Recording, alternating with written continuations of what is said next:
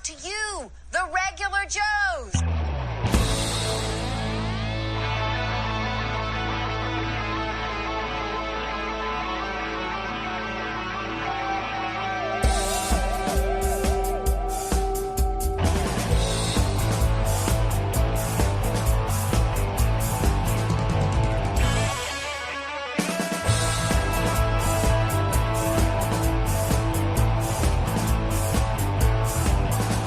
To movies and toys and TV shows, comics and collecting and superheroes. There's no end to the useless stuff they know. Don't call them geeks, they're just regular Joes.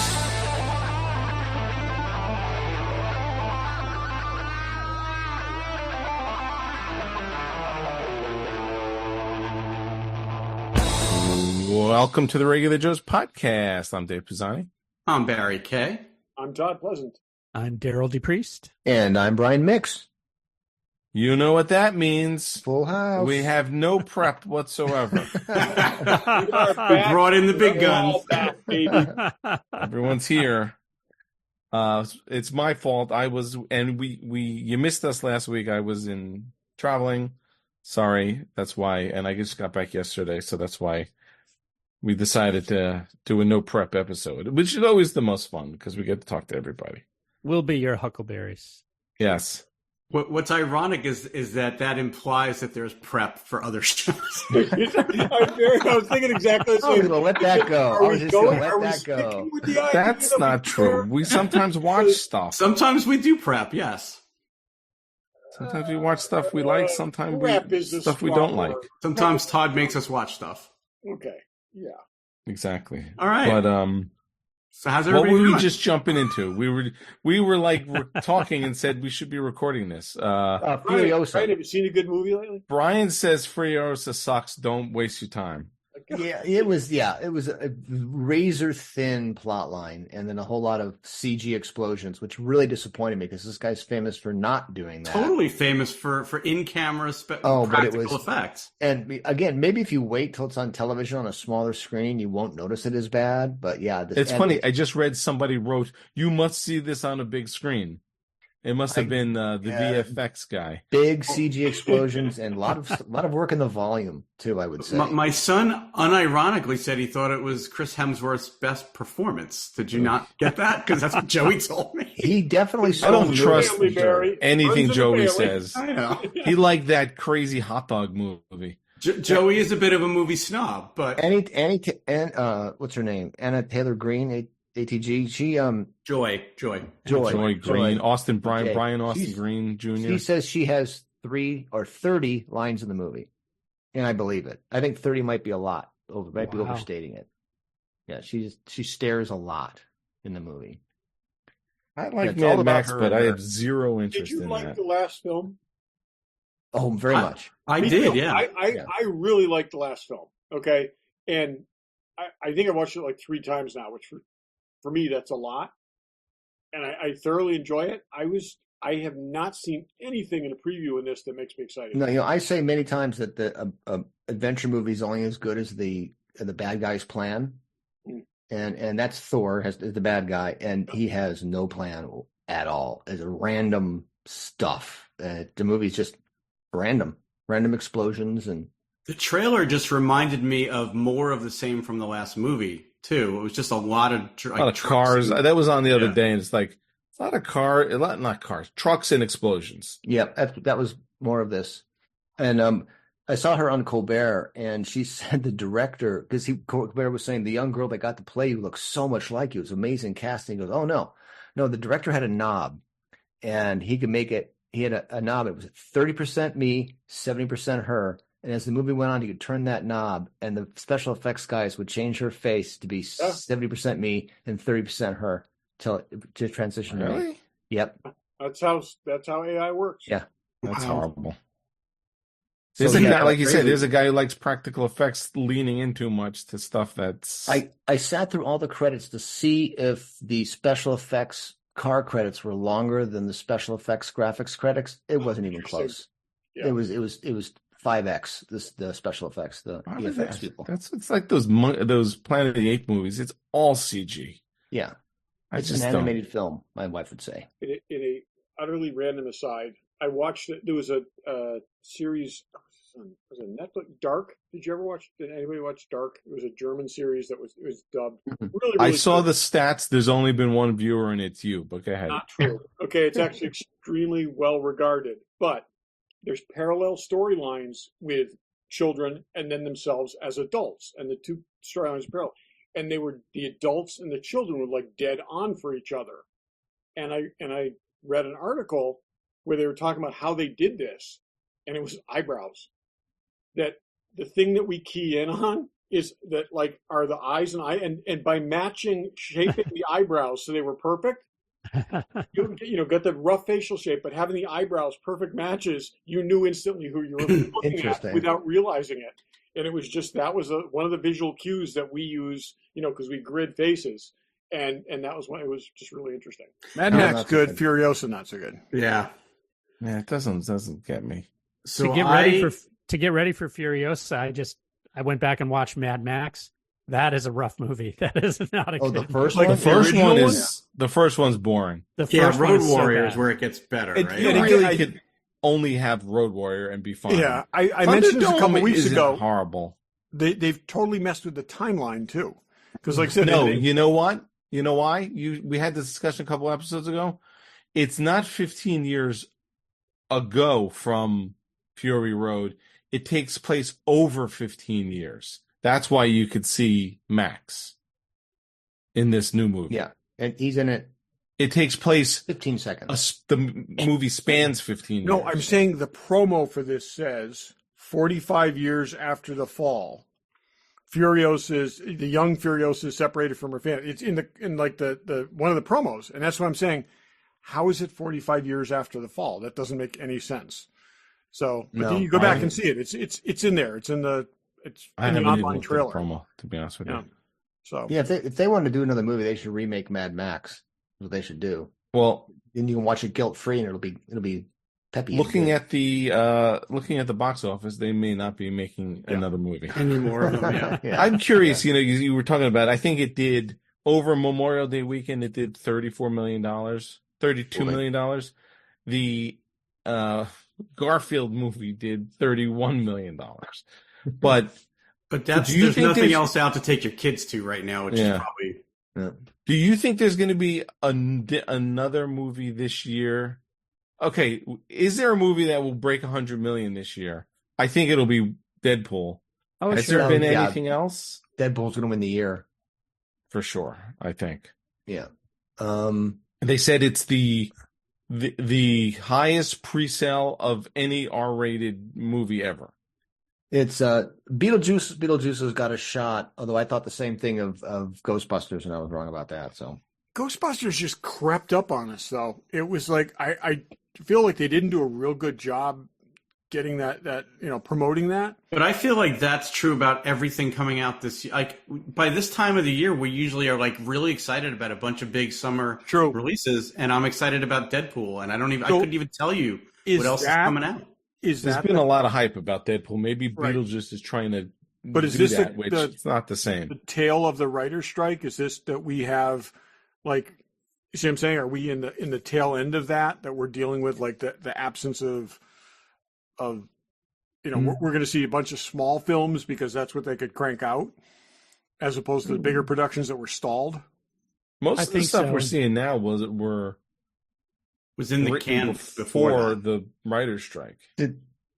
But the effect is studios are moving stuff around to cover holes. That's right, right.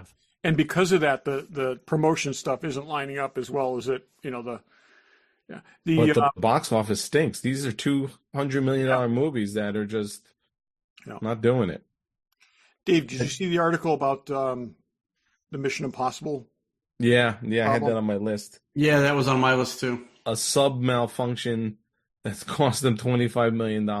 Well, they said it's a $22 million submarine, $23 million submarine. It's not that it costs them that much. No, it said it'll delay them so much It's time the that cost, it'll the cost them. delay cost, because it's a delay cost gimbal is that the $25 problem million. is. Right, but the article I read, I cut and pasted. It says a malfunction with a $23 million submarine is what's causing the issue. It's on a 120-foot high structure that jammed under its weight and now needs to be repaired.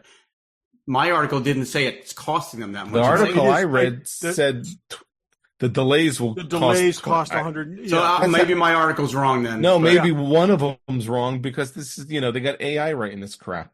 Right, but they're talking about it's a gimbal that the submarine's on apparently, and that malfunctioned, and So there are two costs, Barry. There's the sub cost 23, but the delay for all the crew and everything is a catastrophic. Can you imagine though that if they truly built a $23 million submarine on a 120-foot high structure just to make this movie? Sure, I can believe that. Tom Cruise was lifting Cruise it out built of the water himself. I know, but the last was movie did not controlling the deliver the kind of money that they wanted it to deliver, so they would invest this. This is just one set piece for the movie. Is $23 million? It's a big set piece, though. I mean, this is right because the submarine sank in the beginning, right? And they're going to the submarine, so this is they're probably filming in this thing, and they're.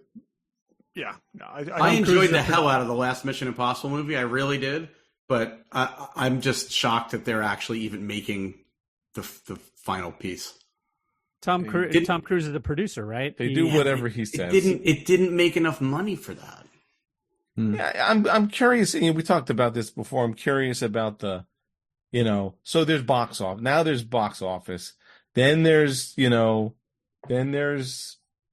they're attaching money to streaming, rentals, and all that stuff. It's a different. And it's a Paramount movie, right? Yeah. How does Paramount Plus, how does that help them? I mean, they're like, is this movie going to bring you subs? I hate talking about business because the advertising business is a piece of shit, by the way. So I don't know. I mean, they're, meanwhile, Paramount Plus is losing $200 million a quarter.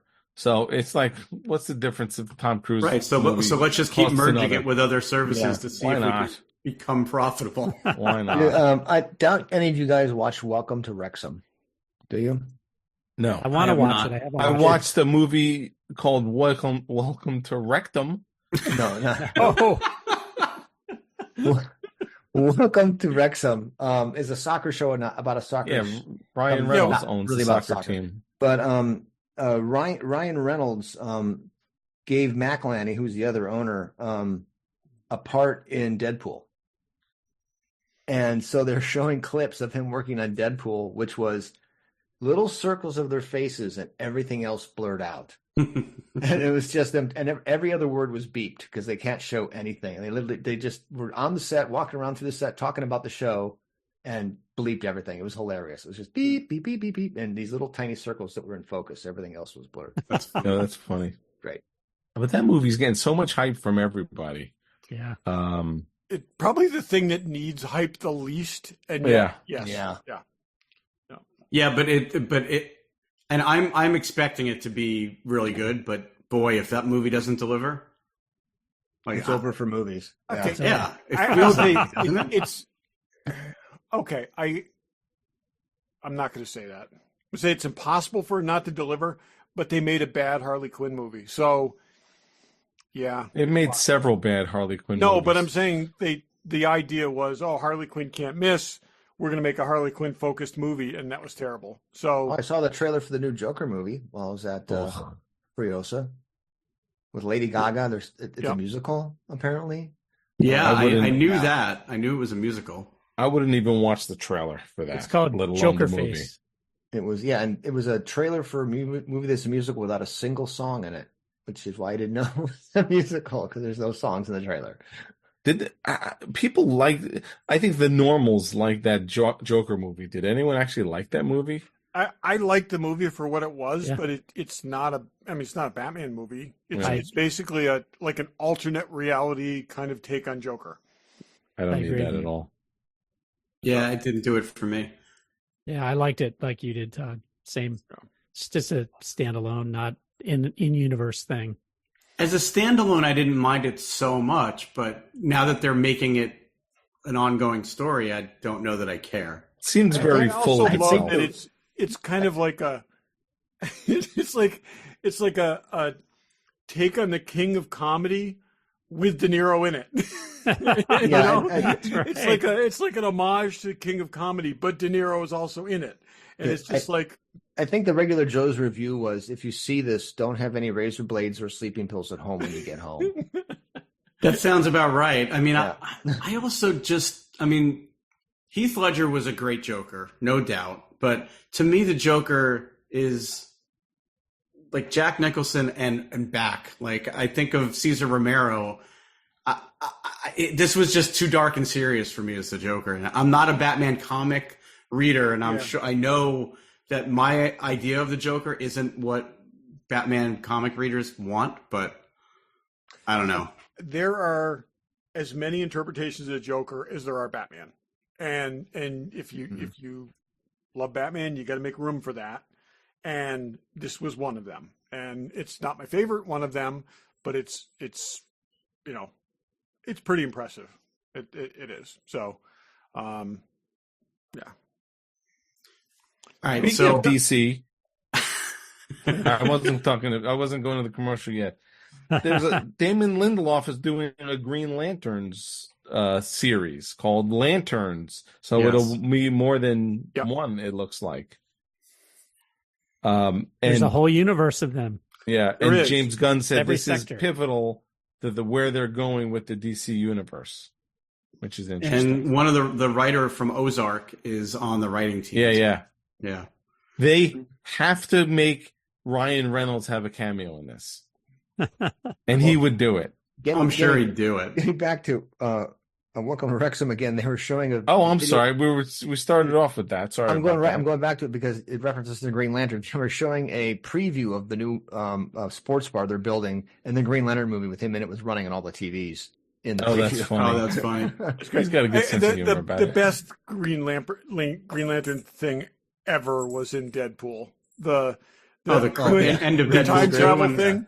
Yeah. When he goes back, to Ryan Reynolds finishing the reading the Green Lantern script. This is going to be the best movie ever, and then Deadpool shoots him in the back of the head. Yeah, it's just like. So wait, isn't Green Lantern in the new Superman movie?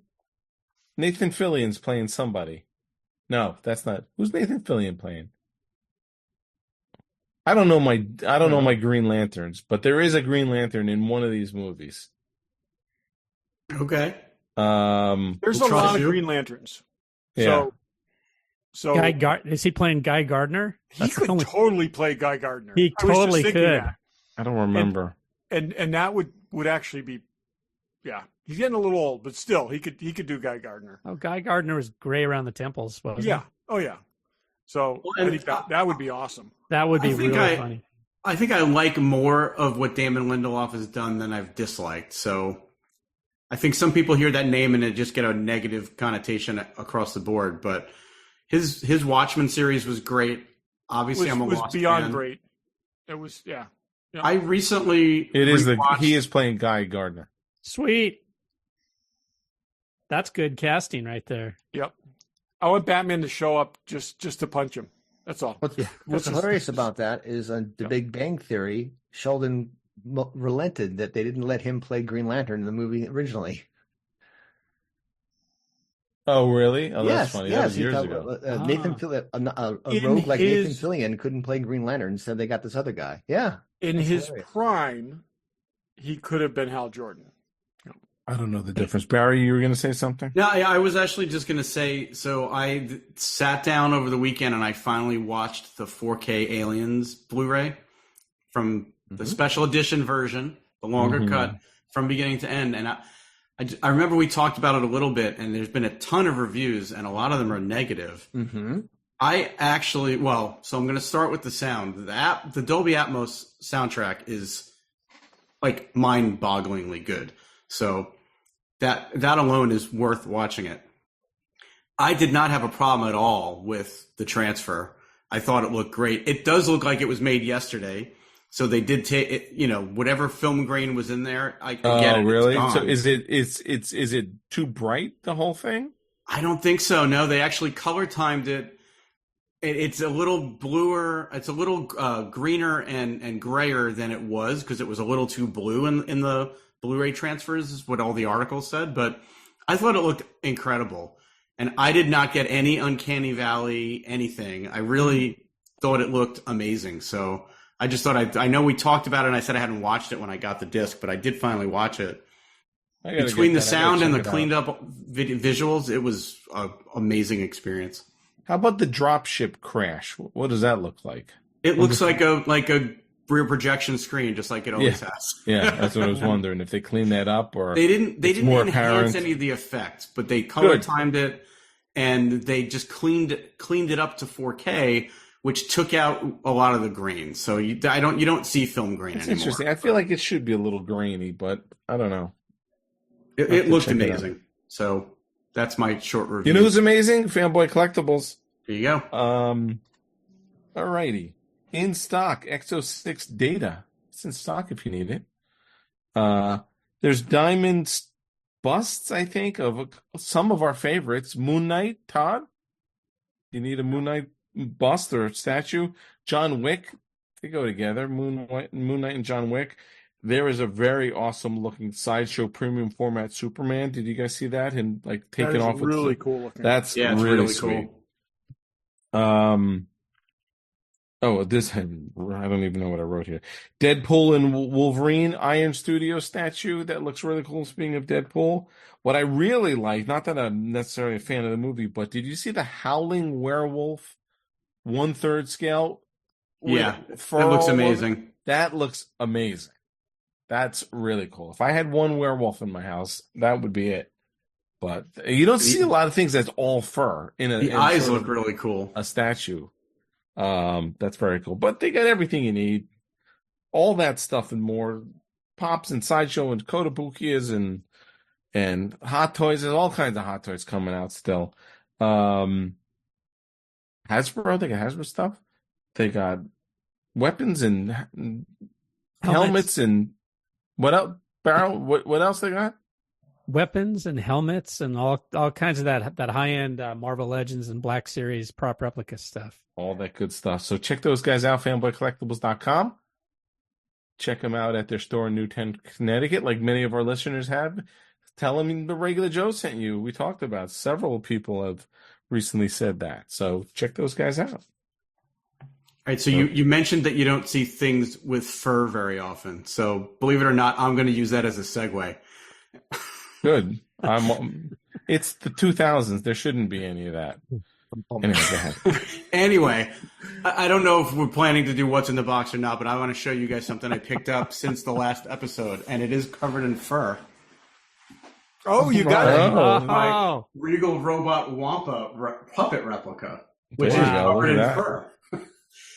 It's pretty amazing. It's huge, as you can tell with me holding it. But yeah, it's awesome. I mean, I've seen the original in person, and it looks exactly like it. You say he's in scale, but his head's almost as large as yours. He's in scale to the puppet that they used, okay. not in scale to the actual Wampa. So he's like 1/3 scale then. Yeah. Yeah, okay. I mean, this is the same size as the puppet that they used to create those close-ups. But that's cool. That's sweet. It's funny. I know Tom gets all his fiber, I believe, from National Fiber Technology, I think it's called. We know someone who just got a job there. Oh, wow. That's someone cool. Randomly, my friend said, oh, hey, you'd be interested in this. Our mutual friend's daughter got a job at this place. They make like movie stuff. And I'm like, yeah, I know a guy who buys all their stuff, all their Chewbacca. I remember Tom mentioning that to us. They're up in Massachusetts. Yeah, that's funny. So if you need any fiber, that's the place to go. Phil Tippett signature plaque that comes with it. There you go. That's awesome. Cool. Yeah, it's very cool. Very cool. So you guys, when I say you guys, Derryl and Brian recently went to the Star Trek Ticonderoga set tour. Daryl's first time there. Let's hear all about that. That's right. So that was day 2. I created a in between my California trips, I decided to go to the Northeast, and I created like a 7-day itinerary to do a whole bunch of stuff. And Trekonderoga was day 2 of the adventure, and I met Brian there. It was I timed my trip really around the opening of the Brimfield Antique Show in Massachusetts, which Todd and I have been to together. But I picked a day of the week before Trekonderoga started because I knew I would be in Brimfield later in the week. So when I got there, it was like totally quiet. Brian, I'll just give you the setup, Brian. Brian was meeting the other Trek geek nerds. I don't know if you're techies. They're Trek techies. That sounds a little judgmental to me, but hey, go on. Yeah. Who were there helping really, I guess, kind of run the place, helping James, bring in new props, update the electronics, add special effects. And it was magic to see kind of those guys meeting in the quiet before the storm. And then I also got an awesome tour. There were very few people there, so we could take our time and ask any questions. It felt very special. Bottom line, for my first experience there, I was absolutely blown away. There is nothing like this. If you're even remotely interested in Star Trek and the magic of Star Trek and the long-standing shadow that has, had over everything that is filmed science fiction, you need to go to this place. It is so cool and it's so magical. So I can't say enough for it. So, Brian, I don't know anybody who's been there that hasn't had that exact reaction. Yeah. Yes. Yeah. I was there. The Inglorious Trexperts, who have a podcast I listen to, also showed up, and it was the first time for 2 of them, and they were blown away. Those guys had never been there before? Two of them had never been there before. Only Darren Dockerman had been there, because Darren's a tour guide there pretty much whenever there's an event.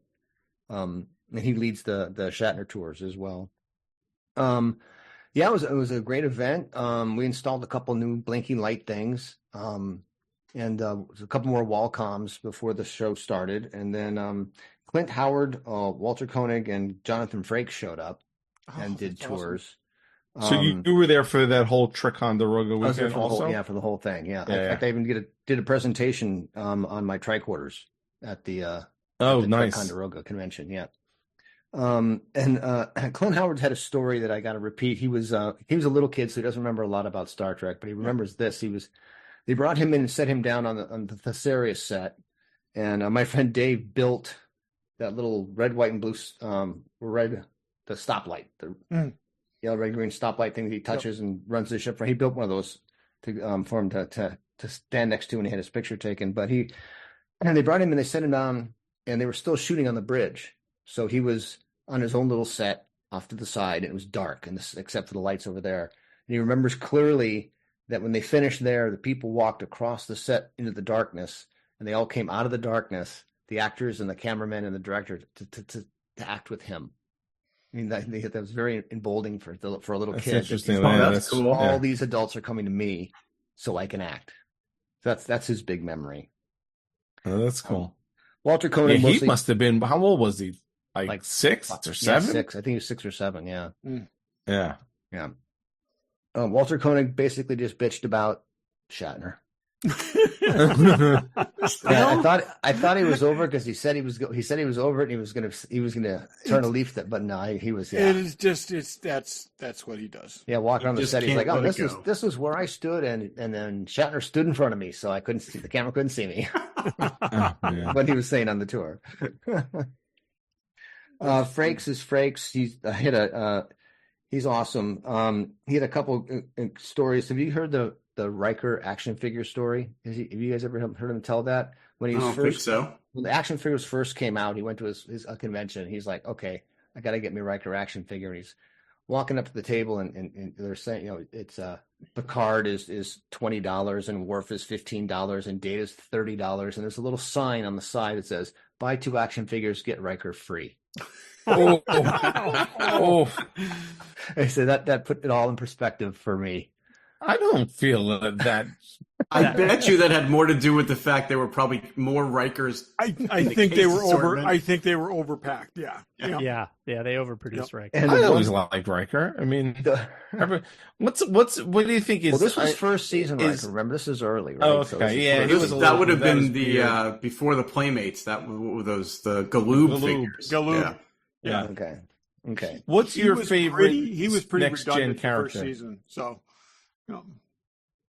I think I'd put him in the top 5 of my next gen characters. Now, yes, but I remember when the first show was first premiering, they were all sitting at dinner, and Riker's the one that, or Frakes is the one that held up his glass and said, "To the crew of the new Enterprise," or the new crew of the Enterprise. I'm like, screw you, whoever you are. You're not the crew of the Enterprise.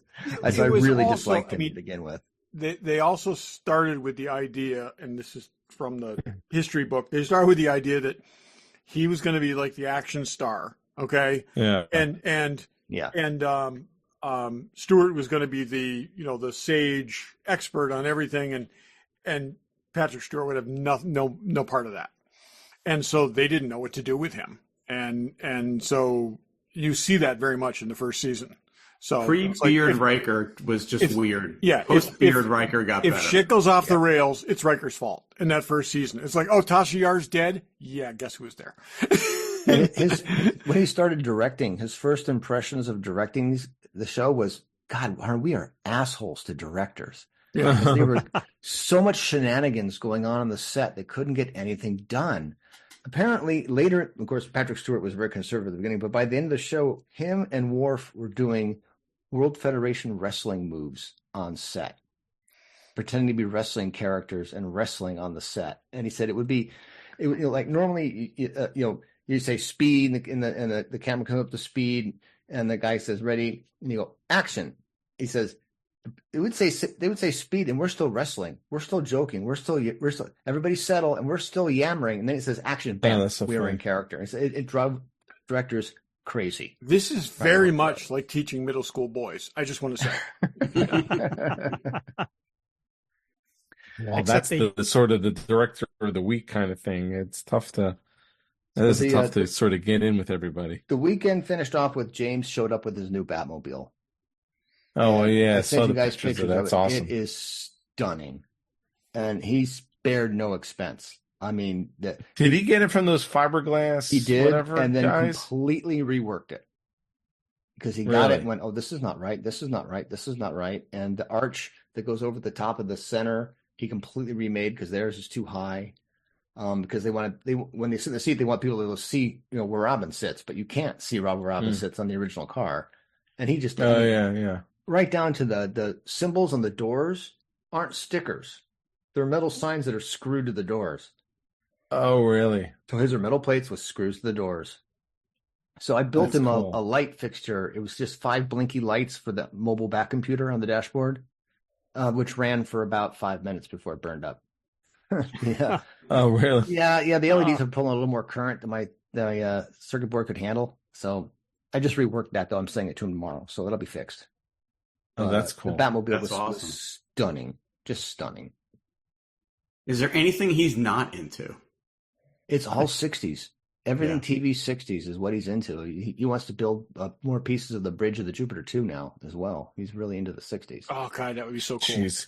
It'd be nice in the future of TOS, Next Gen, Batcave, and Jupiter 2. All yeah. You never get Dave out of there. And the inside of the genie bottle. Oh, he was right there. He was showing me pictures of his Wild Wild West costume collection that he has. Oh, really? Oh, that Everything would be so 60s. cool. Yeah. The train car. Oh my God. It's interesting. I wonder if he bought those because they were up in. Were they? Was it Greg Jean auction? They were up in an auction, and maybe it was They went for way more than I thought they would. Yeah. They're really rare because I didn't think there's a ton of people love that stuff. Yeah, they're really rare. For the there's a Rittenhouse trading card series for Wild Wild West, and they included costume relic cards in there. So they actually bought costumes, chopped them up, turned them into trading cards, and put them like one piece per box for all that stuff. So are you sure that's not fabric that popped out of the pants that were so incredibly tight when he moved. I have never told this story, but I get in trouble as a kid, okay, for co-opting my father's slide rule, which he'd had for about 25 years, making the Jim West Derringer thing. Oh yeah. And I actually epoxied a little little toy die-cast Derringer to the slide rule, and then put straps on my arm, and I could make it work. I could go like that. It stayed on the thing, and it was awesome. But I destroyed his slide rule. I made one. I don't remember what I made it out of, though, but I definitely made one. Yeah, it was perfect. That's it was fun. this brass thing in the wooden thing, and it just fit. It was a little long, but like I said, I glued it to the brass thing, and it just slid out perfect with the weight of the thing. Oh, that's he was perfect. Not enthusiastic about that. One of my favorite costumes that I ever dressed up as for Halloween as a kid was James West, and I remember I had a cowboy vest, and I took it and I sewed in by hand about 10 pockets inside that vest. Oh, that's awesome! And I put everything that was kind of like a tool I could in there, like a thing of a waterproof match. Matchbook thing, like a sardine can opener, like anything that was remotely something I could get out of a jam with. That is a show that I am afraid to rewatch, because I remember that. See, I remember that it's being so great as a kid, and I watched those episodes over and over and over again. I know when the little puzzle pieces, when the 4 acts are. I know when all those breaks happen. I remember all this in my head. And I'm really afraid to go back and rewatch those, because I bet they're nowhere. I've watched a couple episodes. It's on, I don't know what the call letters are. It's on channel 33 here. Barry, what is that? That's MeTV, right? MeTV. It's on MeTV either Saturdays or Sundays at like 9 a.m. And I've watched it. The last one I watched was The Martians. And they used the same Martian spaceship that Batman used, and that I think I Dream of Jeannie used. Everyone used the same Martian spaceship.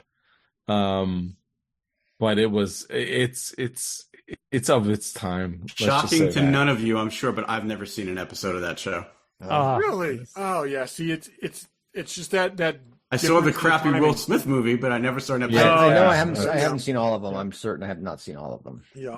Anyway, wrapping up Trekonderoga, I met our fan. Nathaniel Canner. One of our fans, not our fan. Our one fan. He was wearing the hat, and he said, "Oh, you're a regular Joe. You guys cost me a lot of money." Yeah. Okay, he is a fan. Yeah, thank you. Thank you. That's awesome. I'm glad you got cost each other a lot of money. Yeah, we do. So yeah, I'm glad is awesome. If you haven't been there, you've got to go. Anyone who's out there, you got to go. You got to go. If you love 60s Trek, you cannot fully imagine what the experience is like when you walk in. When you walk through those doors that say Desilu Studios, and you're there for the first time, it is just it's a religious. That's one of the Trexperts, and his name Ashley Miller, who wrote Thor, and he wrote X-Men First Class. This guy's a serious professional. Says you cannot get your mind around what it's like taking that 2D experience here for TV and then it being in it. He said, just can't. You can't get your mind around it. It's so amazing. And kudos to James and his crew and yourself. But I mean, they have done such a great job with making that experience what it is. It's that you're just there, and within a few moments, it's just like this is just incredible. And every corner, and even when you go to these like shows where they have the props and costumes or whatever, it's not the same thing as it's not immersive in the same way. You're standing in it, and there's no behind the velvet rope, or there's no glass you're behind. You're literally in the rooms, and it's amazing. There's so many things that, like I said, if you've geeked out on this as long as we have, when you see the Jeffries tube for the first time, you're like, oh my god, this is just so cool. It's and like you can get up in there and look up and see the whole these thing. random things like this that are just so great, and then and if it's just being amazing. In Dr. McCoy's medical lab and being able to see one side of the medical bay and then looking through the screens and then going to the other side and looking in the other way. It's a dual experience because it is built like the set so that you can actually, So it's not only is it the Enterprise, but it's also the set of the Enterprise, which makes it twice as good. So right, and I understand why they made the choices they made to like fill it in so it seems like a real room. I mean, you're going into a set, but everything's filled in. But so much of the tour was saying, and that wall, they could pull back and bring the camera in for close-ups.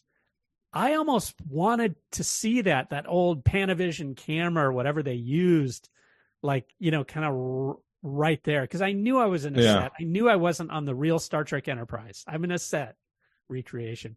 I kind of want to see that, or I wonder if they've even ever thought about, getting the equipment of the time in there to kind of. Well, they had one of those cool old cameras in the lobby when Barry and I went, and that camera's been replaced by a giant model of the Enterprise from one of the other tours. Yeah, I do also. I know that the bridge and they save the bridge for last, and that's sort of that's the money. But the engine room to me is my favorite part of the tour. I agree. That is cool. The bridge is what you expect. The engineering, going in the main engineering for the first time, it's just so and that forced perspective that they. Oh my God! Yeah. And just the fact that it's true stories high, and it's just amazing. Brilliant. Well, and Shatner is going to be back, right? July 12th, 13th, and 14th. Yeah. I'm going up there. I'm going up there for Shatner in July.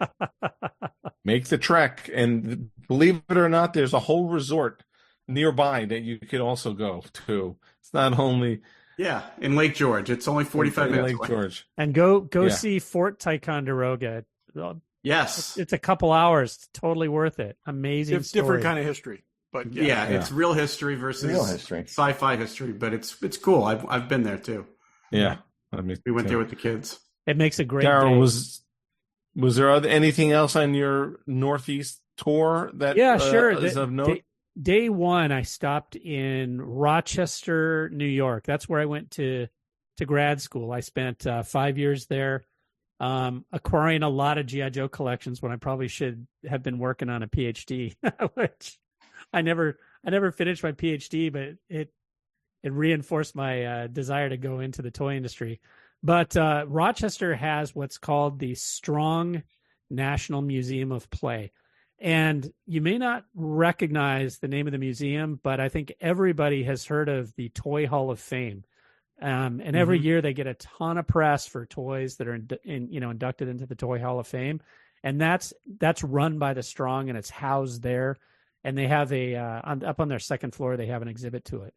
But anyway, this is a museum that started out in the 1980s, which with when the original benefactor Margaret Strong died, she was an heiress from one of the industrial fortunes, and she was a collector who traveled all over the world as a child with her parents, and she just collected everything for her whole life.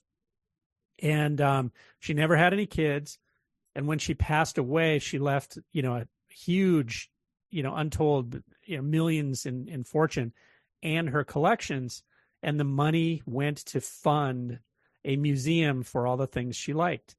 And at the beginning, the Strong Museum of Play didn't really have a focus because they collected they had like lanterns and all kinds of, silverware and dishes and all kinds of crazy things in addition to toys. And for a lot of years, when I was in Rochester, it was a museum that was dedicated to the lives of people in the early 1900s, which, seems very uninteresting. But over time, they figured out that the core of the museum and one of Strong's core interests was play, and they had this amazing dollhouse collection and toys of the day, and they decided to focus on play, and that was a great choice. And for the past 40 years, they've really dialed in on that idea.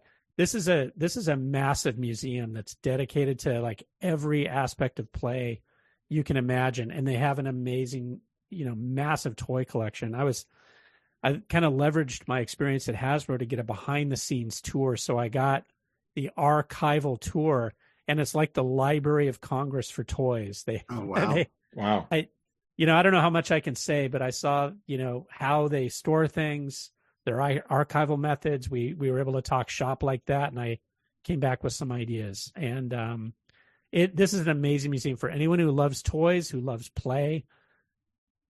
Rochester, New York should be a destination. Go to the Strong National Museum of Play. I can't emphasize enough how amazing this museum really is. That's cool. I mean, I go up that way because my son goes to college about an hour and a half from there. Yeah. So I'm going to have to, on my next trip, either to or from his school, I'm going to have to stop there.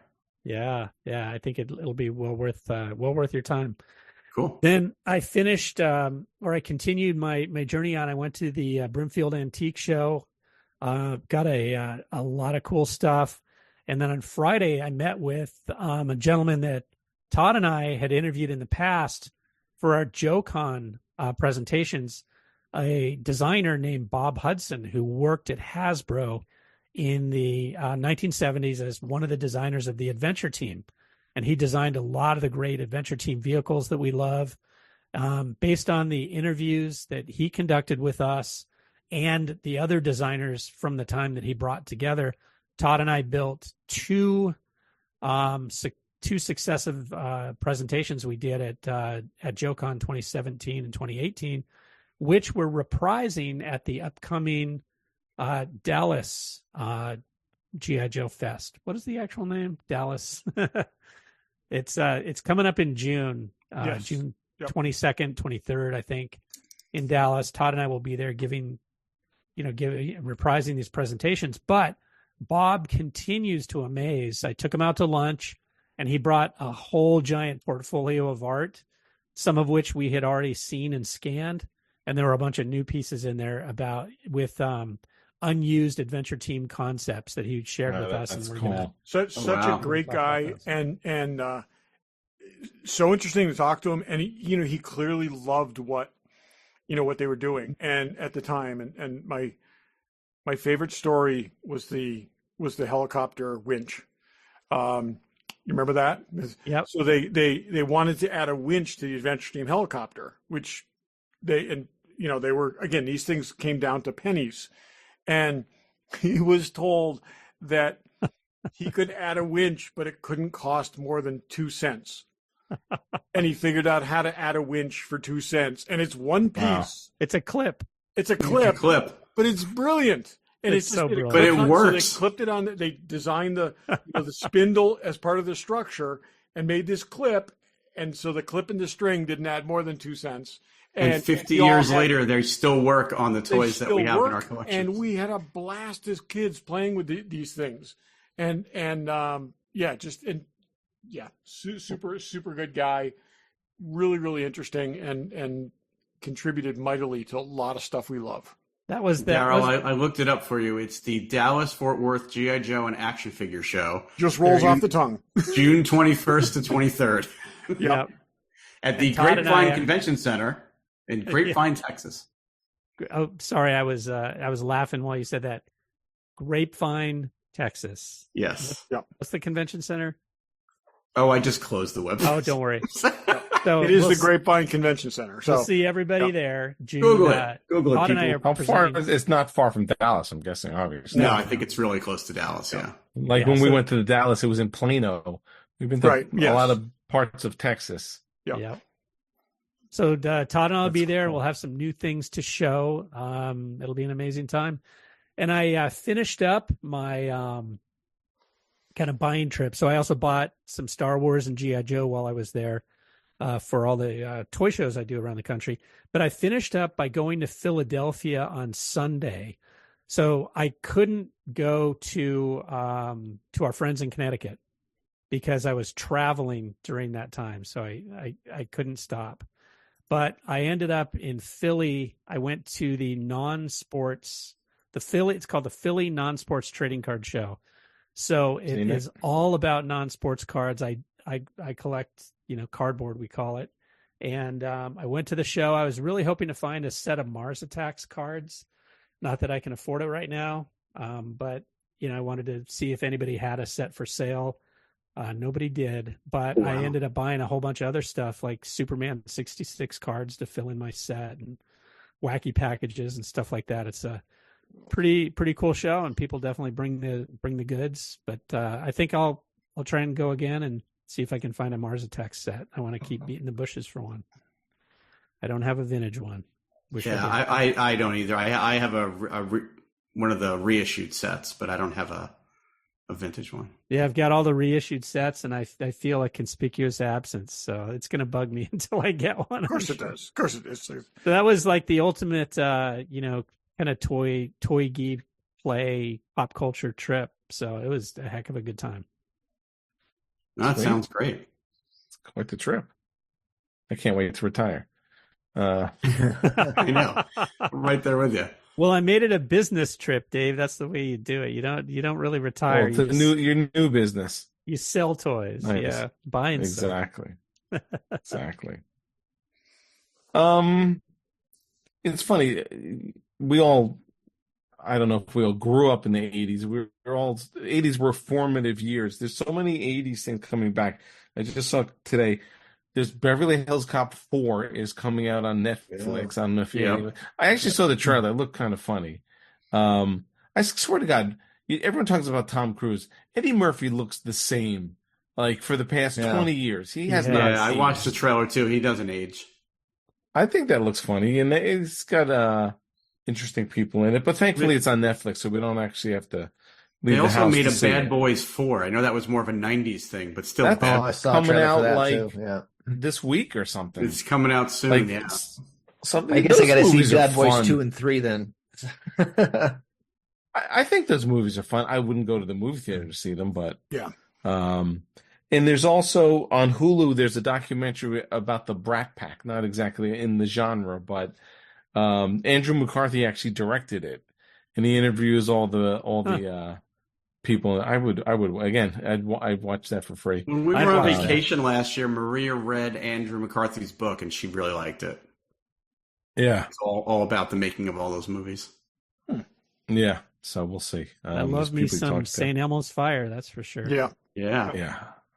Have you rewatched that movie in the past 15 years? That's all of that stuff. No, I haven't. All the stuff's very, very The Breakfast Club. It's all very, very dated, but it is anchored to that era, and you can't watch Breakfast Club. I think St. Elmo's holds up way less. The Breakfast Club and Pretty in Pink. Breakfast Club is pretty classic because the reality of a bunch of kids in a library, while they don't look at the books, there's still library. Does your school have a library, Todd? It has a library, yes, with lots of books. Does it? I mean, I'm saying it's sort of not set in a time because it's stuck in that library. Yeah. So I watched like half an hour of that maybe 2 months ago, and while it's a little hokey, it's definitely holds up better than some of those other movies. A lot of those social group archetypes, continue to exist. They do. There's no question. Yep.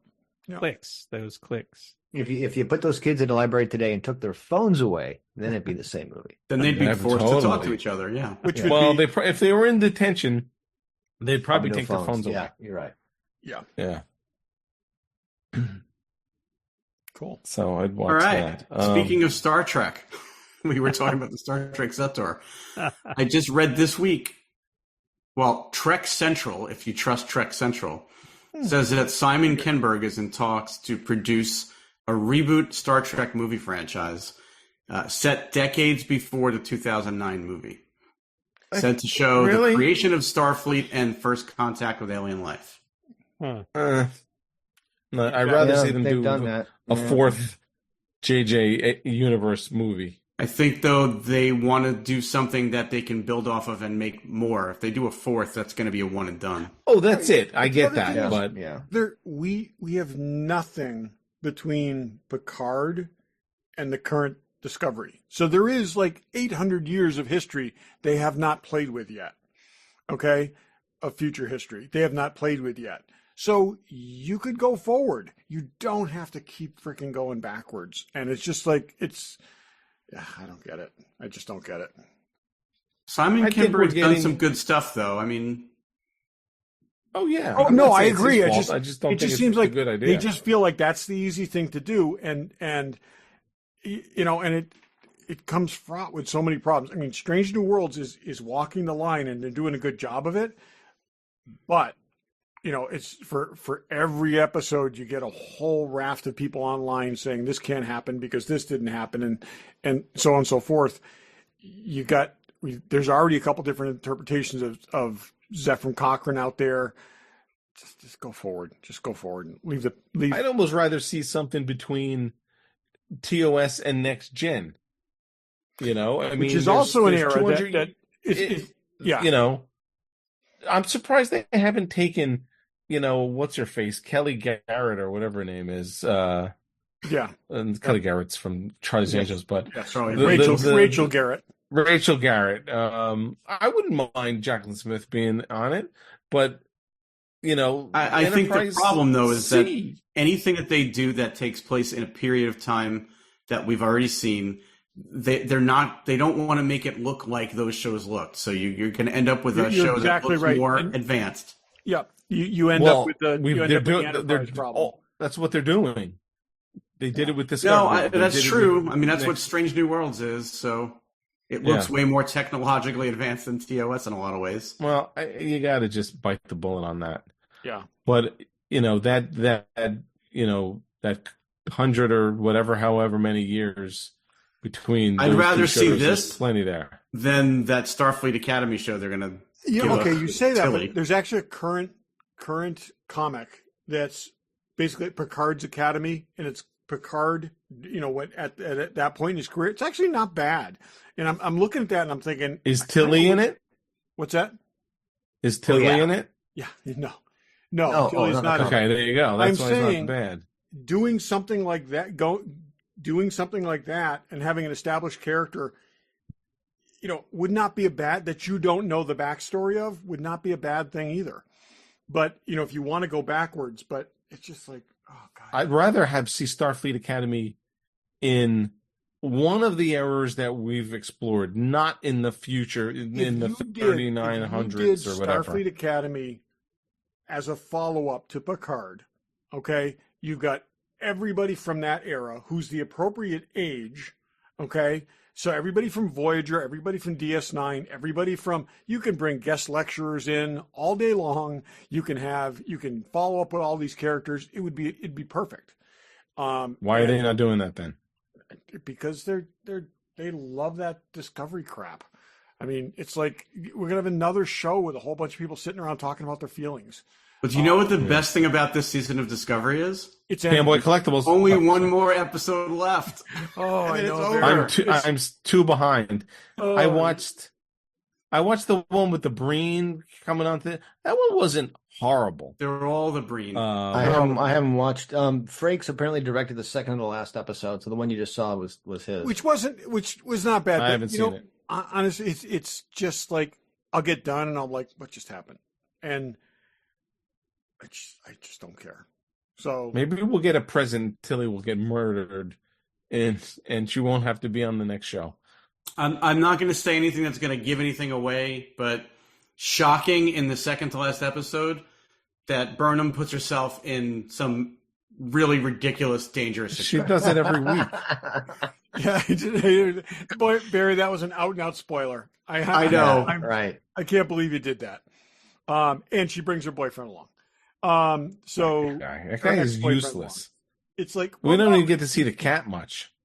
It's like, yeah, no. I just, anyways. I guess it's not an episode unless we bitch about Discovery, but I just don't understand.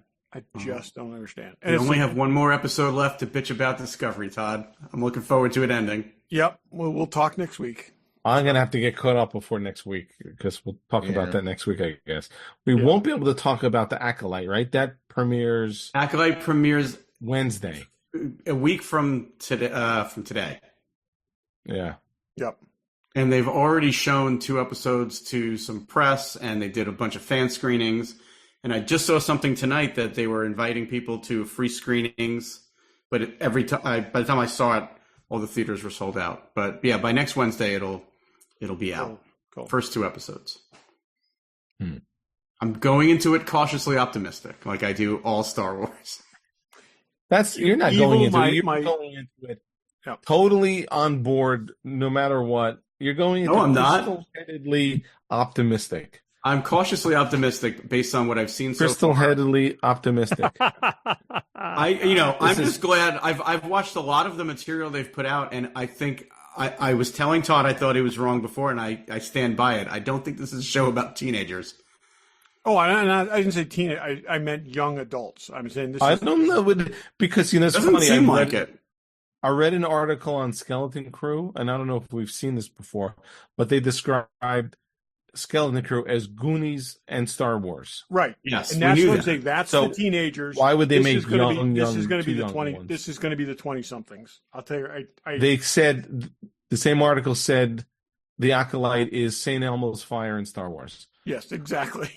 I don't know. Carrie-Ann Moss and the guy from Squid Game. Neither of them are young, and they're two of the we leads. may have seen they both they're play disproportionately. I would bet they're disproportionately represented in the previews. And you keep saying that. We'll see. We'll know. By this time. That's what you do when you have a bunch of cast members that no one's ever seen before. What's his face? I don't remember the dude's name. With the horrible suit in Breakfast Club. That's who they play. You mess with the bull, you get the horns guy? Exactly. That guy. Oh, Jesus. Yeah. Okay. Well, it's something with a B. Yeah. I know. I don't remember his name. But So last week, my second favorite show on Paramount came back, Evil, which is first episode was really good. And what's your first favorite show? Discovery? You know what my first favorite show is, and it is also the last season. But it's Incredibly Slow Horses. What's your favorite show on Paramount? That's on Apple. Oh, that's on Apple. What do you think my favorite show on Paramount? Strange New Worlds is, of course, it is. Yeah. So, Slow Horses. But anyways, like I said, very good, and it's back, so it's very cool. I need to. I basically passed on season 3, not because I didn't want to. It happened and I didn't see it, so I need to watch season 3 first. You got to go back. It's good. It's good, yeah. And there's some really interesting stuff that feeds into this season. And maybe I'll download season 3 onto my iPad for my flight that I have to take in a few weeks. That would be good. Maybe that'll be my plan. Because I got to talk about this. So, yeah. I downloaded a ton of stuff for my past flight, and I wound up watching Madam Web. You want to give us your spoiler-free review of Madam Web? I'm not talking about it. If you're not trapped in a confined space for several hours, is it worth watching? I'm just going to say this: we were trying to convince Todd to watch this movie and do a live commentary with us on it, Nope. and he refused. So you're not going to get that. I agree with his point of you can't. Now we have gone into movies and never seen them. I never saw Zardoz, and we did that. A classic movie. A movie we know more about it. That is bad. Okay, like Zardoz is very different than a movie that came out that had low expectations and is worse than those expectations. There's nothing there. Zardoz. Well, you won't need all the stuff you want. I will never forget certain moments from Zardoz. Okay, I am ready to never learn things that I'll never forget from Madam Web. So Dave, did you like this? It? Is better than Zardoz. Barry, finish. The gun is good. The penis is bad. Oh my gosh. We'll never forget this. Well, there's no shirtless Sean Connery in a macrame shorts outfit in it. Yep. I don't know. I Barry, you'll see it, won't you?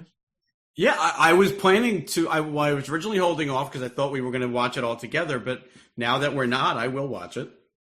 It's not the kind of movie that there's enough to comment on. I mean, I got to say, on a plane, it's a 4.5. In real life, I don't know what it is. So, I watched Morbius, and I said, I think this is better than Morbius. It can't be as bad as they say it is, and it was. And that's why I'm saying I don't think I can get myself to watch this. There is at least whether it's good or bad, there's a clear story. It's some of these things are very complicated. It's this happened, this is gonna happen, this is what's there. At least there's a story, whether it's good or not. Todd continues to be an enigma because Todd won't watch this movie. He's taking a stand. He won't watch this movie. But there's so much stuff that he does watch that's so bad. I agree. Well, give me an That's example. true. Give me an example. What's bad? It's incredibly slow horses. No. Okay, No. Dave. Slow Horses is great, Dave. Slow You're Horses forcing is yourself great. to watch that Really. other three-body problem show. Universally, The Three Body everyone who's Problem. watched this, with the exception of Dave, thinks so. Barry does not. Barry can't register an opinion because he's only listened to Dave about it. Okay, give me another. I'm only example. saying that to push your I don't- buttons, I but don't you do deny watch that. a lot of bad stuff. What's that? So give me another. I was saying example. that to push your buttons. You do watch a lot. You watch a Bad lot stuff. of stuff. Okay, but tell me bad things. Things I've gone into knowing they were bad. That's the fun of it. I bet I could, if I thought about it hard enough, I could come Work up on with it and get back to me. I'm Yes, telling you. I will. I Todd articulated his point, I think, 2 weeks ago when he said he does not knowingly does not watch bad things. That's Right? nonsense. it's like- You've been okay, watching Discovery can- the past It's a 3 waste of seasons. time. It's like, why would you just like stab yourself in the leg with a fork? Okay, I It's just- just- I what was was that- watching What was Discovery. that alien invasion show? There was an alien You're a invasion show that completist, never showed and the it's- aliens. That's true. Invasion. Invasion. You watched You're all on of the it. third Barry, did season. you not of- watch Invasion? No. You didn't watch Invasion? Oh, no, I stopped watching Invasion. I Okay. started. You said how horrible it was, but kept watching it. I did. And you know what? There's like 2 good plot lines and then 2 bad plot lines. So it's anyways. And how many episodes have you watched of that? What, there's 20? two episodes of 10? Yeah. Here's my There are thing. redeeming things in those episodes. Okay. Here's Yeah, the thing, there's- Todd. There's It is redeeming more things in bad. Adam Okay, Webb. it is more bad than good. I will concede that. But I will also How about say that? it's One not of those totally bad. War of the World shows you said you hated, but you kept on watching it. I will watch any War of the Worlds thing. Okay. Out of Todd, pure Todd, hope. hang Just on one like second. Barry will watch any Star Wars thing, no matter how bad he knows it is. Yes. So- Although there are some things I didn't watch, but it's Marvel adjacent, and that's the thing that's where I don't understand your refusal to watch it, because you watch everything Marvel. Okay. You watched all those Ghost Netflix Rider. Marvel shows. Most of them are Rider, good. The Punisher movies, okay? There's a bunch of things that are Marvel adjacent that have no interest in me whatsoever. Todd, But you've did you seen finish them. The Flash? What's that? Did you finish watching The Flash? Of course I did not. You finish did watching the finish Flash. watching The Flash. What's that? I did not. Didn't you finish watching all No, it is seasons still in my of The Flash? VCR. It's still my DVR. VCR, Oh, that's I how old said it is. VCR. Not I swear the to God. 90s I Flash. threw out a VCR today. I did. At school. It's still in my DVR, as are the last 5 episodes of Supergirl, and I may watch. You those. made it Oh, way man. further than I did on either one of those things. Now, so You watched dropped- Iron Fist. You watched Iron Fist. I did watch Iron Fist. Yep. And you watched both seasons of Luke Cage. That was the slowest So thing did I. ever. Yeah. First season that of Luke was- Cage was enjoyable. Second season, I slogged through. It was a slog. Oh, Yeah. it was Yeah. brutal. So Anyway, I'm just surprised that you won't watch. What is it? An hour and 40-minute Madam Web? It was almost 2 hours, thankfully. so here's the thing, okay? And this is my thing. Wait. You're going on a Nothing to- plane. just- It's got You nothing need to watch do it on with the the plane. actual character. They basically hung the character's name on this character. Here, to try to- no one cares about comics. No, but in- what I'm- who this is what I'm goes to saying. the movies? It's like- Dave, most so it's- importantly, was Sydney Sweeney's boobs on display in this movie? Because that's what I Not really. Okay, Not really. See, you don't even have You that. played a going for you. 15-year-old girl. Yeah. But I'm that saying there is ruins it. no comic hook when it's really got nothing to do with the character. So it's like, yeah. So It's Anyway. interesting, though. How about that Who- Dakota Johnson? She's Not not bad. a great actress. I know she's I not. think she's cute. She's She's not. really not good. but Was it a she's getting nuanced work. performance? yeah, Nuancedly bad. Barry, that would be. We'll leave that to you to judge. So I just read today that she is in the 2nd season of The Night Manager. Now, do you guys remember watching The Night Manager? Yeah, that was good. It was good, but it was like 4 years ago. No, Right? no, it was like a year ago. I Was don't it think that I- long ago? On, Did I see that? it was a year ago. It was on Netflix. It I was was the not, guy it who was worked in not a year ago. I'm telling you, it. There was the guy who worked in the White House. No, the night manager. Oh yeah, the night I manager. watched the night manager. Yeah. I'm thinking the night agent. Yeah, Right. that's The what I night watched. manager is Todd's talking about something on The BritBox night manager that was in 3 people in America 2016. watched. Yes, that's what I'm saying. Wow, 2016. 2016. Who was in that? So I probably watched it 4 years ago. Tom Hiddleston. I don't even know who's in it. Yeah, and the bad guy is Hugh Laurie. Hugh Laurie. Yeah, Oh, It's good. It's Didn't really see it. good. really good. But it's like you call it season 2 when it's 8 years later. It's like, oh, that's season the 2 is coming British out. for you. Is it a British? Yeah. They love doing that. Yeah. So, anyways, but Did she's you in watch that. this She's in new- that apparently, which I said to get us off that topic. Okay. I'd rather see Oh. her in the Night Agent. Well, you're going. Did you watch the new Doctor Who? I still have not watched that, but I will because I've seen all of that, even though I know it's bad. Even though the past that was seen your all the go-to, Marvel and you movies. totally missed it. You totally You've missed seen it. all the Marvel movies. I past have seen 4 all years the have been Marvel movies, horrible. and I will continue to see all the Marvel movies everything. This is a after Marvel Matt movie. Smith sucked. because I have hope. No, it's not. It is not. It's a Sony cheap ass exploitation thing based on. Marvel's. I I think think, it's- I think the Marvel logo comes up at the beginning of the movie. I'm happy. It does. Okay, so Anyway, moving on on. the subject of comics, okay, my second favorite Batman story, okay, which is The Long Halloween, It's getting a is sequel. getting a follow up. So there will be a third chapter to The Long Halloween. There's 10 episode or 10 issue run starting in October or September. And so Jeff Loeb, who wrote it, Tim Sale drew it. The original run, the original two volumes, Tim Sale passed away way too young. Several other artists, including Eduardo Rizzo, who is great and did 100 Bullets and a few other things. Different artists are going to do the chapters, from what I understand, in homage to Tim Sale. So, the original is a great story. They've used pieces of that in a bunch of the Batman adaptations we've seen, and I'm really looking forward to that. It's sad that we're not going to obviously Tim Sale's gone, but it's good to see they're going to carry on this legacy and close out this and just kind of close out this saga. So I'm very excited for that. I need to read the first two in preparation for that one, or reread. Yeah, Get just ready for that. absolutely great stuff. And again, if you have liked the Batman movies, this is a critical influence. If just stylistically, there are scenes in the Nolan films that are taken right off the page. If not the story, the imagery is taken right off the page from the Long Halloween. So, yep. Dave, thank you for letting me get through the comic thing. Okay. So on another comic related note, and I don't trust this one at all because it came from a site called Planet of Heroes, so they're not very credible.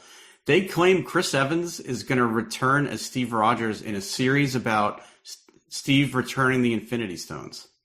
And they say it's in development. That would be awesome. Yeah, it's not going to happen. They Dean talked would- about that in another article, but it was very questionable. Would be surprising if he would come back for Well, that. what have we seen him do? I think he since would Captain, come back. He wound up Captain America. He's not been in much. He's Well, not. he's in that Knives Out movie. Maybe he needs That a was- career boost So or a theoretically, payday. okay, He needs so work. Yeah, theoretically, if they gave him another dose of super serum, they could possibly de-age him. They could do some. There are things like this they could do. There are ways they I don't can think get him back I there. don't think he looks that old. It's not going to be a TV series. It's not going to be. It would be for a movie. I can't see him doing. I it. think he could How still play interesting 5 is it years to have ago. him returning the stones? There's no action in that. No, there could be. I mean, there's Yeah, 5 never know. shows. You do a Invent 5 something. episode. Could be limited like comedy of series. errors kind of thing. I guess. Yeah.